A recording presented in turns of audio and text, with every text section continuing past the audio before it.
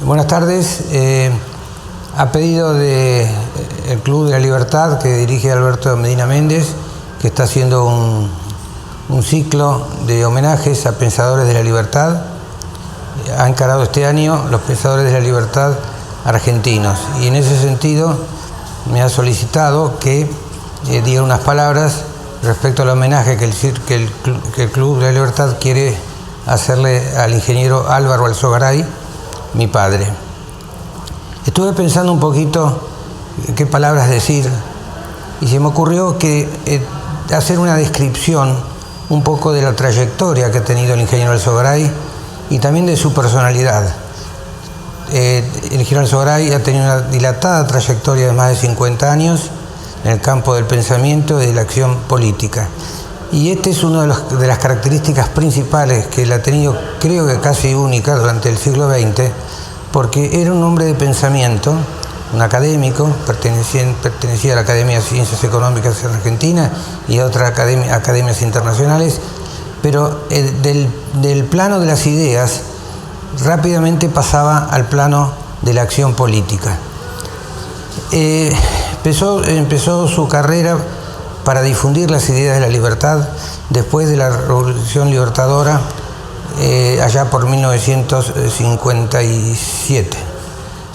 Entonces, él se dio cuenta de que el sistema instalado por Perón, el sistema de ordenamiento económico y social, tenía características estatistas, con perfiles fascistas y, por supuesto, con la economía totalmente restringida y controles y todo eso. Y venía ya estudiando los problemas económicos desde antes de la caída de Perón, fundamentalmente a partir de un libro que él leyó de Hayek, que se llama El camino de servidumbre. Ese libro le significó a él algo muy importante, porque se dio cuenta que tenía que llevar adelante una acción orientada a la libertad económica, o la libertad integral, por supuesto, pero la libertad económica en todo sentido, un sistema de libertad y competencia. Y entonces se fundó un partido político chico, porque hay que pensar que en aquel momento el pensamiento dominante de la sociedad argentina y de los partidos políticos, aún los no peronistas, era un pensamiento de tipo cerrado, estatista. Los medios de producción tenían que estar, los principales medios de producción tenían que estar en manos del Estado, aprobaba el dirigismo, los controles, etc. Entonces, a partir de ese partido político, lo que hizo fue empezar a divulgar estas ideas, que para aquel momento eran nuevas ideas, ante la sociedad. Y esa fue la semilla inicial de la pelea que él hizo en el país. Por otro lado, se acercaban elecciones y quiero referirme brevemente al doctor Arturo Frondizi, que ganó las elecciones de 1958. El doctor Arturo Frondizi venía de un pensamiento totalmente contrario a las ideas de la libertad. Tenía una raíz, digamos, muy estatista y hasta izquierda y semi-marxista. Y se había tomado un tema en aquel momento que era el problema del petróleo. Frondizi y Alzogaray estaban totalmente enfrentados con eso, porque Frondizi quería, y lo redactó a través de un libro famoso, Petróleo y Política, donde el Estado tenía que hacer absolutamente todo, mientras que Alzogaray decía que teníamos que incorporar el capital privado. Y ese fue el centro de la cuestión. Cuando Frondizi gana las elecciones, produce un cambio mental importante, tira por la borda todo aquello que venía defendiendo siempre y adopta una orientación de tipo liberal, empezando justamente por el área de petróleo, que empezó a aceptar la idea de que los capitales privados vinieran a Argentina. Entonces el doctor Frondizi, ya desde el gobierno, toma esa orientación de corte medianamente liberal, llamémosle así. Ahora, cuando inicia el gobierno, se encuentra con una crisis importante y durante determinada cantidad de meses esa crisis se fue agravando. Incluso los gremios estaban movilizados por la Gendarmería, por las Fuerzas Armadas, la inflación ya era muy alta y decide Frondizi llamar al ingeniero Alzogaray para que, digamos, organice las cosas, nombrándolo ministro de Economía y Trabajo y autorizando a que forme su propio equipo económico, porque necesariamente, si se iba a hacer una transformación, tenía que haber coherencia en las acciones. El ingeniero Alzogaray en ese momento defendía muchísimo lo que era lo que él llamaba la economía social de mercado. La economía social de mercado es una variante del liberalismo que fue la que se aplicó en Alemania bajo el ministerio del doctor Ludwig Erhard, y que fue la autora, digamos, llamémosle así, del llamado milagro alemán. ¿Se acuerdan que en Alemania, después de la guerra, la situación era un desastre?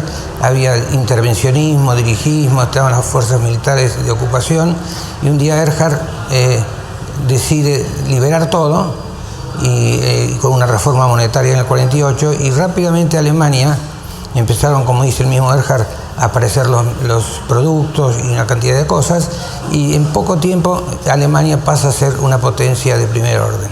La economía social de mercado después se mantuvo durante todo este tiempo como política de Estado a través incluso de distintos gobiernos, y hoy Alemania, como se sabe, es una potencia económica y mundial de gran envergadura, la más grande de Europa. Entonces, cuando se inicia el periodo del ingeniero Alzogaray, que el doctor Frondizi le da plenos poderes para llevar adelante ese programa de transformación, entonces empiezan los resultados a verse, pero inmediatamente, igual que en Alemania. En ese momento se tomó el gobierno, o la gestión económica, con un 103% de inflación anual, y además, y ese proceso inflacionario seguía su curso. Y un dólar que estaba en 113%, 113 pesos por dólar en ese momento. Ya con el llamado al nuevo grupo económico, al nuevo grupo de gestión económica, el dólar bajó sin ningún tipo de control del Estado a 83 pesos por dólar, que luego se mantuvo durante los 22 meses que duró la gestión del ingeniero Alzogaray. Todos recuerdan que la aplicación de la economía social de mercado en ese momento tuvo éxitos muy grandes durante el periodo de Frondizi, que vinieron las inversiones, se estabilizó la moneda, el desempleo desapareció, bueno, toda una serie de resultados, y Argentina volvió a ganar crédito internacional. Hay un hecho que revela que la aplicación de esta política tiene éxito sobre todo en el tema inflacionario. En el año 1960, parece Argentina año verde, el peso argentino fue declarado por el Comité Lombard de Londres como la moneda estrella internacional, o sea, la moneda más firme, más estable y sin controles, y a la par incluso superando al franco suizo, franco francés, al yen, al propio dólar. Y el Fondo Monetario Internacional ese mismo año declaró al peso argentino como moneda transaccional. Las reservas empezaron a subir enseguida y el país quedó totalmente estabilizado, y se iniciaron ya acciones vinculadas a la privatización de empresas y por supuesto la desregulación económica total. La economía social de mercado aplicada durante ese periodo demostró sus resultados. ¿Qué es la economía social de mercado? Es una economía libre, sin intervención del Estado en áreas que no le corresponde, sin dirigismo, sin controles, y la competencia fundamentalmente. En poco tiempo Argentina pasó a ser un país creíble, sólido, estable y, como dije hace unos momentos, con un flujo de inversiones notable. Nunca como en ese periodo vinieron inversiones al país. No había desempleo y la gente vivía contenta, digamos. Lamentablemente el doctor Frondizi, por razones políticas, que es un poco largo de explicar acá, le pide al ingeniero Alzogaray la renuncia, creyendo que ya estaba todo hecho, y empieza un proceso del desarrollismo. El desarrollismo es ese sistema donde, que es dirigismo son ideas de la CEPAL, donde se orienta la inversión por medio del Estado y se le da a las empresas privilegios, prebendas. Ya no es el mercado el que asigna los recursos, sino es el Estado.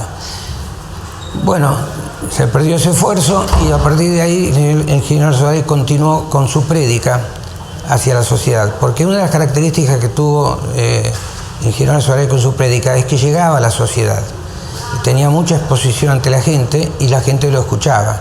Poco a poco fue iniciando un proceso de cambio cultural.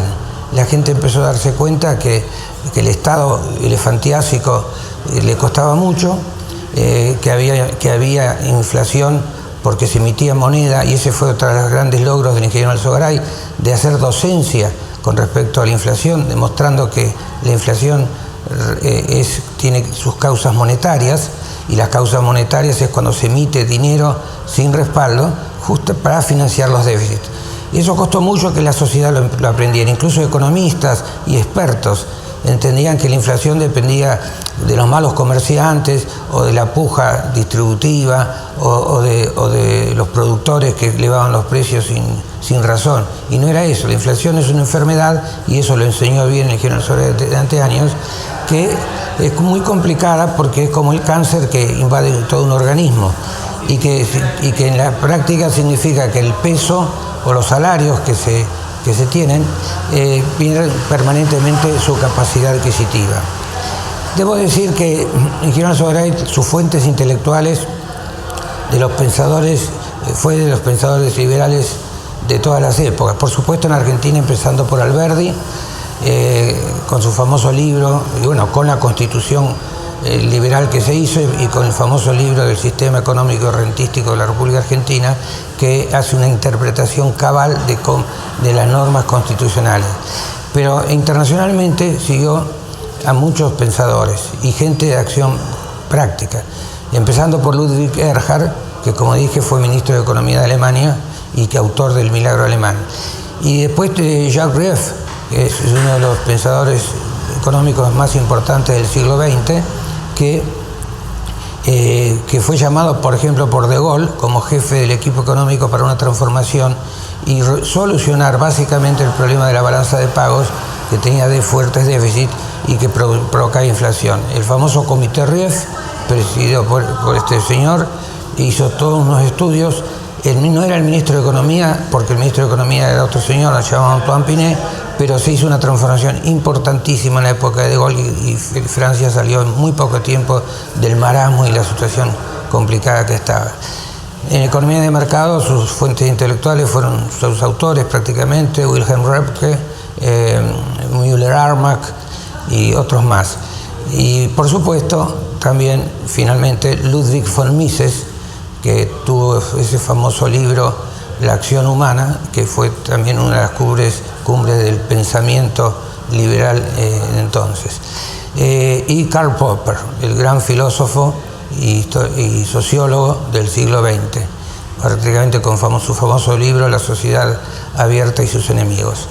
Bueno, pasan los años, el sistema no se cambia del todo, y entonces empieza la verdadera lucha del ingeniero Alzogaray para modificar el ordenamiento económico-social, no para hacer una mejor gestión de gobierno, para decir, pasemos del estatismo, intervencionismo, dirigismo e inflación y desarrollismo a un sistema de libertad y competencia en todos los ámbitos, fundamentalmente también en el campo económico. Esa fue la gran docencia que hizo el ingeniero Alzogaray ante la sociedad, ante los factores de poder, ante los dirigentes políticos. Entonces, bueno, durante un largo periodo, el ingeniero Alzogaray estuvo en el tope de las personas que volcaban estas ideas, y se transformó en poco tiempo en el líder del pensamiento liberal en Argentina, que la sociedad escuchaba. Hasta que viene en 1989, mejor dicho, antes que eso, viene el gobierno del doctor Alfonsín, que por supuesto aplica medidas totalmente contrarias a las medidas de economía de mercado. Y termina, como se ve, en un proceso hiperinflacionario que el país jamás había visto. Cuando asume el gobierno del doctor Menem, sorprendió a toda la sociedad, cambiando su pensamiento peronista a un pensamiento de orientación liberal. Y ahí sí tuvo una influencia enorme en el ingeniero Alzogaray, porque venía conversando con el doctor Menem, y el doctor Menem explicó ante el país que iba a seguir un camino liberal, y agregó, si de liberalismo se trata, en la figura del ingeniero Alzogaray es donde se ve reflejado para tomar todas las acciones que correspondan. Por eso hizo el apoyo político el ingeniero Alzogaray al doctor Menem, que a veces no fue bien interpretado, pero estaba apoyando la verdadera transformación que el país después de tantos años iniciaba. Bueno, eso es más o menos a grandes rasgos la personalidad del ingeniero Alzogaray, pero vuelvo a resaltar una cuestión, el doble rol que cumplió en la sociedad. Por un lado, hombre de ideas, generador de ideas, de programas y de políticas, que además estaba siempre dispuesto, cualquiera sea el gobierno, sea el doctor Alfonsín, sea los gobiernos militares, a tener lo que le llamaban un plan de alternativa, para proponer las soluciones para el país. Y por otro lado, de ser hombre de ideas, de académico, etc., esas ideas tenían que plasmarse en la acción política. Durante muchos años la parte política electoral no tuvo éxito hasta que finalmente fundó un partido político que se llamaba Unión del Centro Democrático, que llegó en el año 1989 a ser la tercera fuerza política electoral, con una clara identificación liberal. Otros candidatos eran justamente el doctor Menem y el doctor Ángel Oz. Bueno, a grandes rasgos también fundó institutos de orientación y difusión de ideas, y bueno, todo eso fue la trayectoria y la lucha que al final se cree que después de muchos años de estar casi en soledad, la sociedad tomó esas ideas y las sigue tomando en parte. Se pierden un poco cuando viene la crisis del 2001 y luego lamentablemente cuando viene de vuelta las ideas contra la libertad, que es la del kirchnerismo, que todavía estamos soportando, cuando empieza a reestatizar las empresas, cuando empiezan los controles, cuando empieza, bueno, todo lo que ustedes, bueno, los argentinos conocemos. Creo que el ingeniero Alzogaray ha hecho un aporte muy importante en la transformación del país, tanto culturalmente como en sus ideas generales, y ha tenido su satisfacción y sus buenos resultados. Así que esta es la idea de homenajearlo a él, en lo que ha sido útil. Quiero decir que también se manejó en el campo internacional, dialogando con los pensadores y economistas del mundo y siendo amigo de ellos, de algunos de ellos, como Ludwig Erhard de Alemania, que lo tomaba como modelo, y Jacques Rueff y otros más. Muchas gracias.